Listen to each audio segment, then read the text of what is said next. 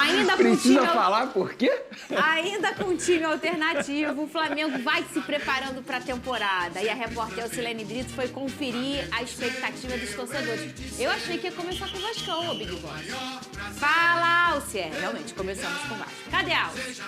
O torcedor rubro-negro está aos poucos vendo a cara do Flamengo em 2024. E gerando grandes expectativas nas contratações que o time tem feito. A contratação tá ótima. É um dos times mais caros do Brasil, né? O elenco caríssimo, tem que ganhar tudo. Esse ano tem que levar tudo, senão é uma vergonha pro time do Flamengo. Eu tô muito esperançoso, né? Ano passado não foi... Competimos muito, mas não ganhamos nada. Esse ano eu acho que é o ano que vai voltar tudo, né? Libertadores, Brasileirão, tô confiante já. Contratação tá assertiva, indo onde precisa ir. Eu acho que vai dar certo esse ano, torcendo aqui já. O mais badalado, o uruguaio De La Cruz, já fez sua estreia com a camisa do Fla, ainda que em um amistoso. Mas já se mostrou uma potência em campo. Ao lado do parceiro Arrascaeta, os dois movimentaram bem o meio e já aos poucos apontando o que o rubro-negro pode ter pela frente. Assim, ano passado a gente teve uma dificuldade, né? O time não encaixou, mas aí com a chegada do Tite o time melhorou bastante. E aí as contratações agora com o De La Cruz, com o Vina, a gente vai levar tudo esse ano. Além de De La Cruz, o clube terá ainda mais um uruguaio, o lateral esquerdo Vinha. O jogador já teve passagem pelo futebol brasileiro quando defendeu o Palmeiras entre 2020 e 2021, antes de ser vendido para Roma. Irá se juntar aos outros 3 uruguaios do Flamengo, De La Cruz, Arrascaeta e Varela. O elenco principal segue se preparando em Orlando. Até o próximo duelo da equipe, serão ao todo 11 sessões de treinamentos. Em 3 dias, os jogadores terão atividade integral e uma dinâmica diferenciada. Dessa forma, os 26 atletas treinam na parte da manhã e à tarde o grupo é dividido em 2. A delegação principal do Flamengo retorna ao Rio na próxima terça-feira, dia 30.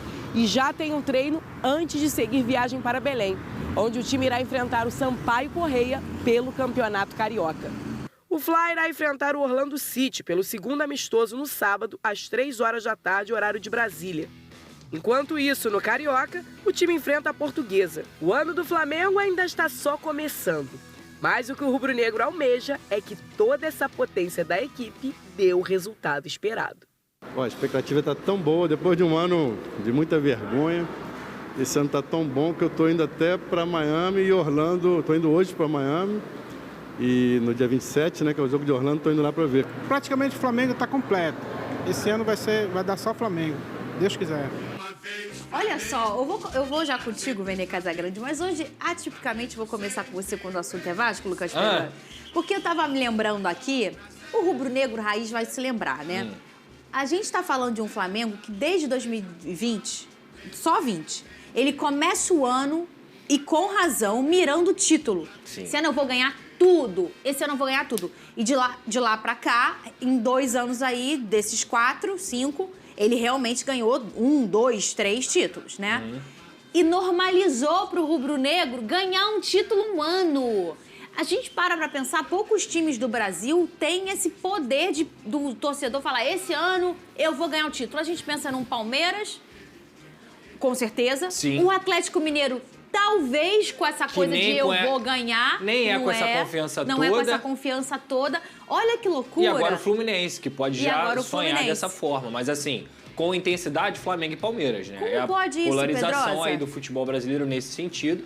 São 2 equipes que vêm fazendo um trabalho aí, não só a questão financeira, mas também de montagem de elenco, um trabalho muito bem feito. O Flamengo, desde o Eduardo Bandeira de Melo, vem fazendo esse trabalho financeiro e depois, com a entrada do Landim, do Marcos Braz, eles conseguiram montar realmente um time de estrelas. No caso do Palmeiras, desde o Alexandre Matos, com Paulo Nobre, depois veio a Crefisa e tudo que o Palmeiras construiu também faz um time ser consistente. Então, são 2 potências aí do futebol sul-americano e que, obviamente, pensam dessa forma. O que aconteceu com o Flamengo no ano passado não é algo normal, muito pelo contrário. A tendência é o Flamengo sempre estar disputando, mesmo como disputou, mas ganhando títulos. Agora, muitas vezes... Que foi um estranhamento como em 2020. Foi em 2020 também que não 2020 ganhou nada? ganhou o Brasileiro, né?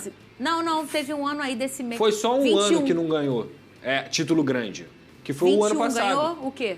Não lembro de cabeça agora, mas ganhou o título, com certeza. Ganhou título. Só 2023 ficou sem ganhar título. E ano passado só não ganhou título pela bagunça que foi a própria diretoria de futebol, com trocas de técnicos intensas e tudo mais. Então, assim, o time estrelado do Flamengo faz o Flamengo sonhar. com um grande técnico como o Tite, faz o Flamengo realmente ter esse sonho como algo quase concreto. Aí, tu já é metido.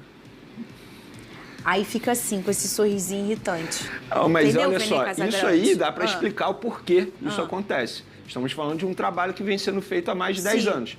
Na verdade, ninguém quer tomar o remédio que Flamengo e Palmeiras tomaram, né, num passado recente. A gente pode ver o Corinthians aqui ao lado, que mesmo devendo a muita gente, devendo a muitos jogadores, está indo ativo no mercado de uma forma como se estivesse muito bem financeiramente falando. Isso, de certa forma... Inter também, isso, de certa forma, vai pagar, e com juros. E quando a conta vem, vem cara. Então é isso que eu falo. Eu acho que é um trabalho muito bem feito. Eventualmente não vai ganhar títulos, eventualmente vai passar vergonha, como o Flamengo passou em 2023, mas eu acho que isso faz parte do processo. Não vai ganhar sempre. Ninguém tem a certeza que o Flamengo vai ser campeão.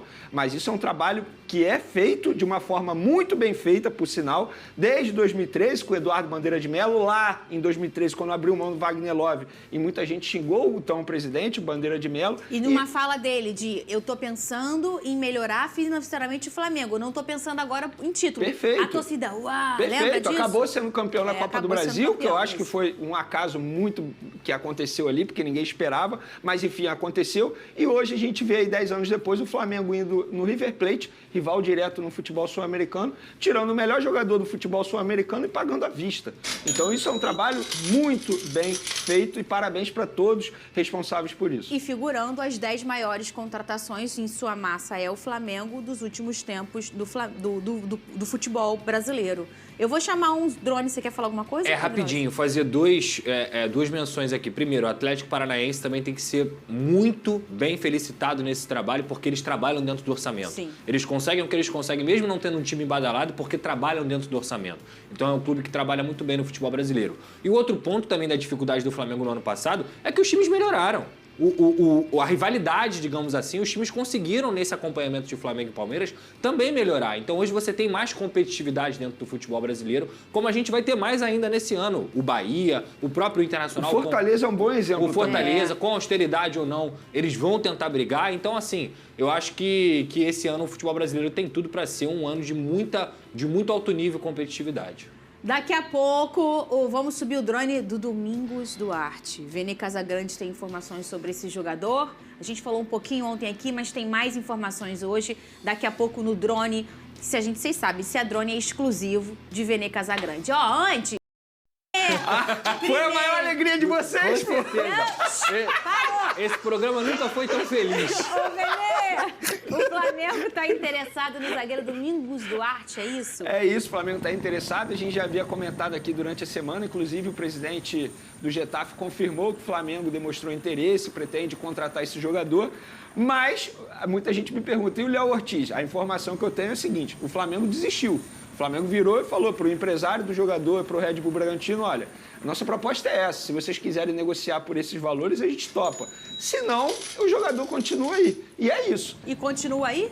E continua aí. O jogador está lá, inscrito no Campeonato Paulista. Enquanto isso, o Flamengo está mirando outras contratações. Eu acho que está certo. Não dá para ficar esperando também para sempre. Sabe por quê? Um outro jogador que o Flamengo gostou bastante, hoje está no Corinthians. Porque ficou esperando o Léo Ortiz. Quanto mais você espera um jogador, você vai perdendo as oportunidades que você tem no mercado. Eu insisto, o Flamengo não precisa de pressa, é bem verdade. Mas também não dá para você esperar um jogador até o fim da janela e agora só pensar no meio do ano a contratação de zagueiro. Acho que tem que contratar, tem tempo ainda, sem pressa, mas tem que contratar nessa janela de transferência. E o Domingos Duarte surge aí como uma opção. Como teve, não vou dizer... Teve embróliozinho nesse ano, né, em negociações, né, e até sinais de alerta aí. Você quer uma curiosidade? Quero. O empresário do Léo Ortiz é o mesmo do Lucas Veríssimo, que é o mesmo do Carille. É verdade. E conta pro povo, coincidência quais são ou as não, coincidências? são três casos que estão gerando um debate internamente nos bastidores. No caso do Lucas Veríssimo, o Corinthians reclama porque o empresário e o jogador deram uma volta no Corinthians. No caso do Léo Ortiz, o Flamengo diz que o empresário disse uma coisa para o Flamengo, por isso que o Flamengo entrou na negociação, e quando chegou lá no Red Bull Bragantino, não era bem verdade. E no caso do Carille, ele saiu do time japonês e não quer pagar multa rescisória. O Santos diz que não tem multa rescisória. Enquanto isso, o treinador está aqui treinando e o time japonês entrando na FIFA, porque reclama que o treinador renovou o contrato. Então são 3 casos aí que envolvem bastidores polêmicos com o mesmo empresário que se chama Paulo Pitombeiro. Então é momento de reflexão própria, assim, da sua própria vida, não é, Lucas Pedrosa? Você tem drone também do Vasco da Gama? Tenho. Barulho de drone, sim. DJ Careca.